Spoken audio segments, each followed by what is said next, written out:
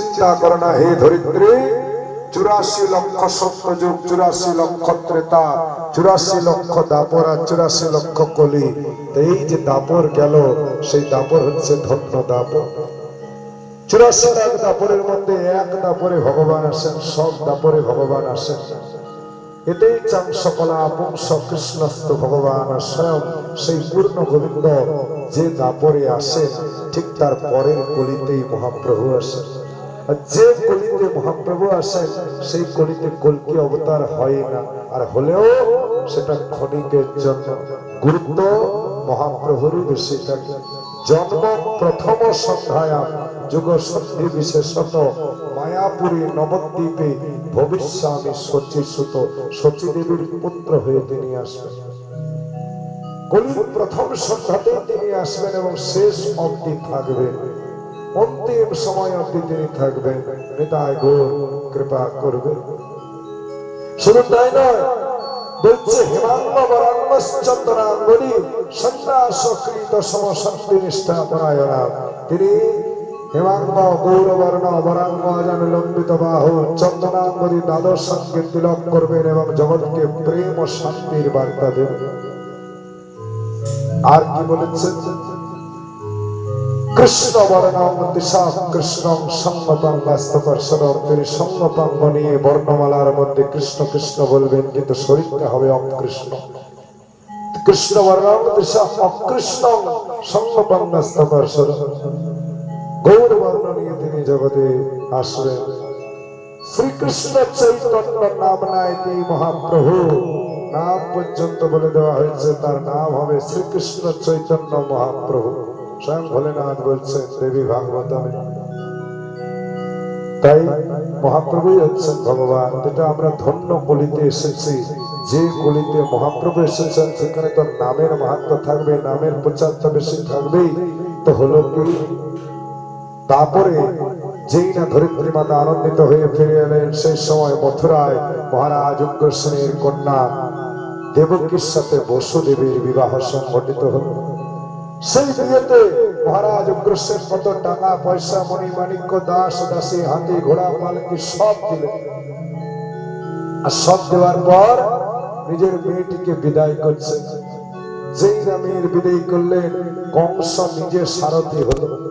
যেখানে কংস নিজের সারথি হয়ে নিজের বোনকে, বোনের স্বামীকে নিয়ে যাচ্ছিল, ভগবানের কি দরকার ছিল তার মাথাটিকে ঘেটে দেওয়ার, রাগিয়ে দেওয়ার, আকাশবাণী করার যে দেবকীর অষ্টম গর্ভের সন্তান, হে কংস তোর মৃত্যুর কারণ হবে।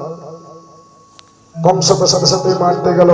বসুদেব বুদ্ধিমান ছিলেন, বলেন আমি কথা দিচ্ছি আমার যখন যখন পুত্র হবে আমি আপনার হাতে তুলে দেব। শুধু তাই নয়, আপনি ভেবে দেখুন মহারাজ, আপনার মতন বীর পুরুষের কি এই কাজ করার শোভা দেয়? আপনি দেবকীকে হত্যা করলে আপনার শত্রুটা অন্য কোথাও জন্ম নেবে আর আপনি জানতেও পারবেন। কিন্তু আপনি যদি দেবকীকে বাঁচিয়ে রাখেন, আপনার শত্রুকে আপনি নিজের হাতে মারতে পারবেন। আর আরেকটা কথা কি জানেন? দেবকীর হাতে তো আপনার মৃত্যু নেই, দেবকীর অষ্টম গর্ভের সন্তান আপনার মৃত্যুর কারণ। তাই আমি কথা দিচ্ছি আমার যখন যখন ছেলে হবে, পুত্র হবে, আমি আপনার হস্তে তুলে দেব। কিন্তু কংসের বিশ্বাস হলো। কিন্তু কংস এটা করলেন কেন? ভগবান এটা করলেন কেন? বলছে পূর্ণমাসী দেবী, তিনি ব্যাখ্যা করছেন গর্গার্গীকে, গর্গাচার্যের কন্যাকে। কংসের মাথায় সেই সময় দুর্বুদ্ধি চলছিল। সে আকাশবাণী না হলেও বসুদেব এবং দেবকীকে হত্যা করত জঙ্গলে নিয়ে গিয়ে। আর বাড়িতে এসে সেই খবরটা যখন রাজা উগ্রসেনকে দিত, উগ্রসেন নিজের কন্যার বিরহে যেই না অজ্ঞান হয়ে যাইত, সেই সময় নিজের পিতাটাকে হত্যা করে কংস নিজে রাজা হতো। এটা ছিল কংসের মানসিকতা। তাই সেই মানসিকতাটাকে ভাঙার জন্য তার মনটাকে অন্যদিকে ঘুরিয়ে দিল। যেই না ঘুরিয়ে দিলেন, সেই কি হলো, কংস অত্যাচারী হয়ে উঠলেন, তাদেরকে জেলখানায় বন্ধ করলেন। দেখতে দেখতে একটা বছর পেরিয়ে গেল। 1 বছর পর সন্তান হলো কি, যার নাম রাখলেন কীর্তিমান। এখানে গৌরানুগত্যে ভাগবত, তাই একটু ব্যাখ্যা আছে। কীর্তিমান মানে কি? সনাতন শিক্ষাতে আছে, ভজন জগতে যখন তুমি প্রথম দীক্ষা পাবে, তোমার কীর্তি স্থাপিত হবে, তোমার ভালো লাগবে, তোমার ভজনটার নাম হবে উৎসাহময়। খুব উৎসাহ, খুব নাম করছি, খুব মালা করছি, লক্ষ লক্ষ মালা করছি, আরে কি ভাব, কিন্তু সেটা বেশি দিন স্থায়ী হয় না। জোয়ার যেমন আসে ভাটাও তেমনি আসে, ধ্যান দিয়ে শুনবে। এই অবস্থাটার নাম উৎসাহময়ী। এরপর হচ্ছে ঘন তরলা। ঘন তরলা মানে কখনো আপ কখনো ডাউন, কখনো এত ভাব আসবে উজান বয়ে যাবে, আর তখনই পরক্ষণে মনে বেঁধে এত করলে হবে না, সংসার করতে হবে না, এই করতে হবে না, সেই করতে হবে, আপ এন্ড ডাউন। এরপর আসবে বুড়া বিকল্পা। বুড়া বিকল্পা মানে কি? প্রতিজ্ঞা করবে আর ভাঙবে, করবে আর ভাঙবে, করবে আর ভাঙবে। এক একটা করে প্রতিজ্ঞা করবে, কাল থেকে আমি 1 লক্ষ মালা করবো, কালকেই ফিউজ। পরশু থেকে 1 লক্ষ মালা করবো, কত পরশু এলো আর গেল, কিন্তু মালার আমার করা হলো না, ভজন আর আমার করা হলো না। এটাকে বলা হয় কি? বুড়ো বিকল্পা। এগুলো হচ্ছে ভজনের স্তর। উৎসাহময়ী, ঘন তরলা, বুড়ো বিকল্পা, নিয়ম ক্ষমা। আরে বাহ! নিয়ম ক্ষমা মানে কি? নিয়ম করবে আর ভাঙবে, নিয়ম করবে আর ভাঙবে, নিয়ম করবে আর ভাঙবে, রোজ নিয়ম নেবে আর রোজ নিয়ম ভাঙবে। এই অবস্থাটার নাম হচ্ছে নিয়ম ক্ষমা। এই 4টি অবস্থা পেরোলে আমার অবস্থা আছে। কি অবস্থা? আরো নতুন নতুন অবস্থা আসবে। সেই অবস্থাগুলো কিরকম? কখনো আসবে তোমার নাম ডাক প্রশংসা কীর্তি, কখনো আসবে কি মুহ্যমান অবস্থা, মনে হবে ভজন সাধন ছেড়ে দিই। একদেশবর্তিনী, বহুদেশবর্তিনী। একদেশবর্তিনী মানে কখনো মনে হবে না না সব ছেড়ে ছেড়ে সাধু হয়ে যায়, তখনই আবার পর মুহূর্তে মনে হবে না না না না না পঞ্চপুত্র সঙ্গে নাচে সেন শিবানন্দ, তাহলে সংসার করেই সাধনা হবে, সংসার ছেড়ে কি হয়? আবার পরক্ষণে মনে হবে না না না বৃন্দাবন যেতে হবে, বৃন্দাবনের জমি কিনে জায়গা কিনে ওখানে আমাকে বসবাস করতে হবে। এটা হচ্ছে একদেশবর্তী।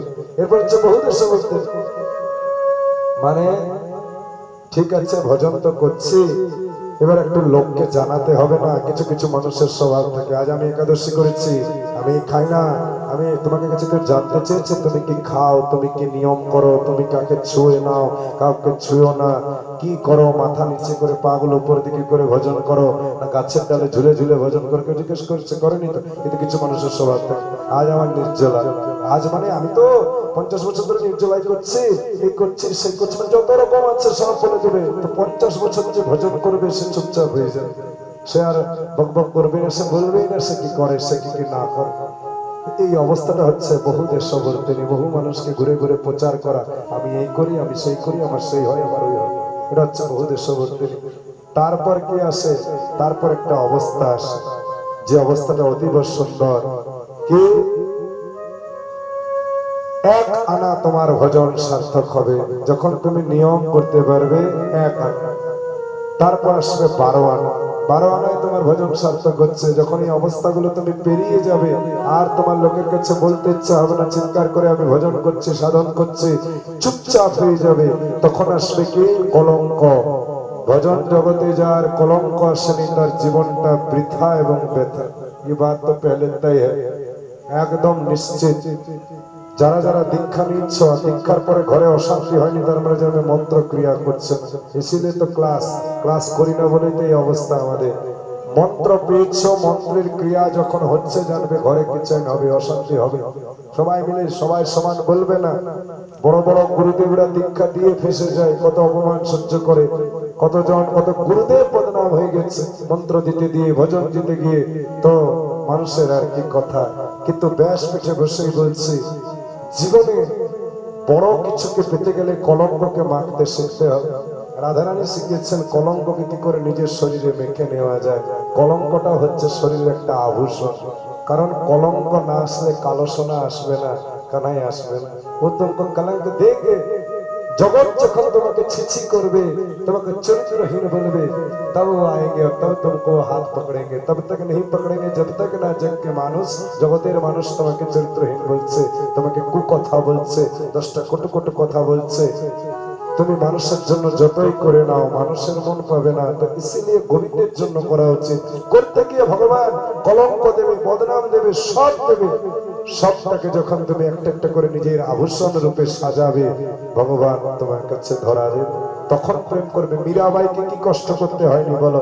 মীরাবাইকে কত সহ্য করতে হয়েছে, কিন্তু মীরাবাই মীরাবাই। জনাবাইকে কত সহ্য করতে হয়েছে, কিন্তু জনাবাই জনাবাই। তো কীর্তিমান মানে কি? ভজন জগতে যদি কারো সম্মান হয়ে যায়, তার দ্বারা কখনো আর সাধন ভজন হয় না। যে বস্তুগুলো ব্যাখ্যা করিনি সেগুলো করছে। কীর্তিমান ভজন জগতে চলবে না, তাই কীর্তিমানকে নিয়ে গেছিলেন কে? বসুদেব। কিন্তু কংস তাকে মারল না। বলে কে? আমি কেন মারবো? আমার 8 নম্বর ছেলেটা চাই।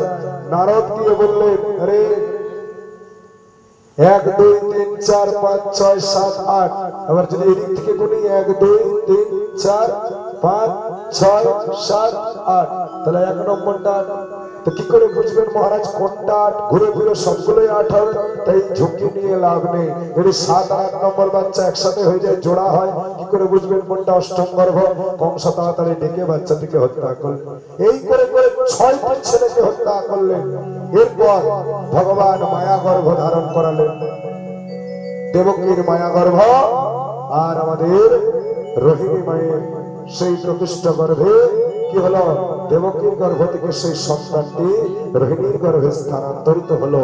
সবাই জানতে পারলো দেবকীর গর্ভপাত হয়েছে। জন্ম হলো কার?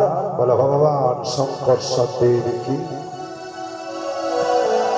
এবার অষ্টম গর্ভের পালা। অষ্টম গর্ভ দেখতে দেখতে 1 বছর পেরিয়ে গেল। ভাদ্র মাস, অষ্টমী তিথি, রোহিণী নক্ষত্র, আকাশে মুহুর্মুহু বৃষ্টি হচ্ছে। আজ আকাশ খুশি কিনা ভগবানকে দেখতে পাবো, বাতাস খুশি, যখন ইচ্ছা ভগবানকে স্পর্শ করতে পারবো। সূর্য খুশি, দিনের বেলায় ভগবান যখন গরুর চড়াবেন তাকে দেখতে পাবো। চন্দ্র খুশি, কেন চন্দ্র খুশি? না, রাত্রিবেলায় তিনি যখন রাস করবেন আমি দর্শন করব। যমুনার জল খুশি, প্রভুর চরণ ধরে রাখতে পারবো, তাই যমুনায় উজান বইছে। মাটি খুশি, যে প্রভুর চরণটাকে আমি হৃদয়ে ধারণ করতে পারবো। এর মানেটা কি? তোরা রুকো ইয়ার, তোরা হাড়বাড়ি মত যাও। আকাশ মানে হচ্ছে উদারতা, বাতাস মানে হচ্ছে ক্রিয়া, গাছ মানে হচ্ছে সহিষ্ণুতা, ধৈর্য, সহ্য, জল মানে হচ্ছে শীতলতা বা কোমল কোমল একটা কোমল হৃদয়ের পরিচয়, বা শীতলতার উপরে যে মন, একটা প্রশান্তি মনের পরিচয়। মাটি হচ্ছে কিসের পরিচয়? আধারের পরিচয়। ধরিত্রীকে আমরা আধার বলি। তো যখন কেউ ভগবানকে লাভ করে, প্রথমে তার প্রথম লক্ষণ হচ্ছে, মহাপ্রভু বলছেন সনাতনকে, তার মনটা উদার হবে। প্রথম হচ্ছে তার মন উদার হয়ে যাবে। সে যাকে পাবে তাকে কৃপা করার চেষ্টা করবে, সবাইকে কৃষ্ণ ভক্ত করার চেষ্টা করবে, হরি কথা আরো শোনাবে, আরো শোনাবে, আরো শোনাবে। এটি হচ্ছে উদারতা। এরপর তার কর্ম কেমন হবে? বায়ুর মতো। বায়ু যেমন সব সময় বয়ে চলেছে, রাত্রি দিনের চিত্তে রাধা কৃষ্ণের চরণ, রাতে ঘুমিয়ে ঘুমিয়ে রাধা গোবিন্দের ভজন চলছে। এরপর তার মুখের মধ্যে এমন মিষ্টতা আসবে যে তার কথা শুনে ভেতরটা শীতল হয়ে যাবে। জলের প্রভাব, চোখ দিয়ে জল, নাকে জল, চোখে জল, মুখে জল, সব ত্রিবেণী সংগম হচ্ছে, কেঁদে ভাসাচ্ছে। তার কথাও তেমন হবে, তার হৃদয়টা এমন হবে, তাকে গালি দিলেও সে সহ্য করবে। সে ক্ষমাময়, ধরিত্রীর মতো, গাছের মতো সহ্যশালী, সূর্যের মতো প্রভা তার ভজনের তেজ, কিন্তু তবুও তোরাহি মধুসূদন। চন্দ্রের মতো তার ভজনের যে ব্যাখ্যা, তার যে ভজন ক্রিয়া, সেটা আবার চন্দ্রের মতো শীতল। সূর্যের আলোটা গরম, কিন্তু চাঁদের আলোটা শীতল। তাই রাত্রিবেলায় ভজন ক্রিয়া, গভীর রাত্রে গোপনে সেখানে তার চাঁদের শোভা। সেইভাবে ভক্তের জীবনে ভগবান প্রবেশ করে। তাই আজ সব সেজে উঠল।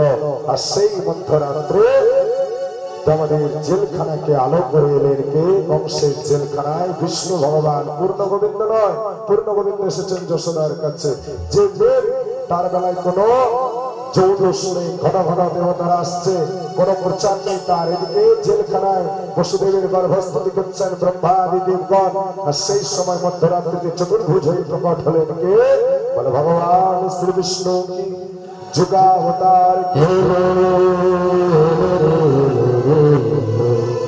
শঙ্খ চক্র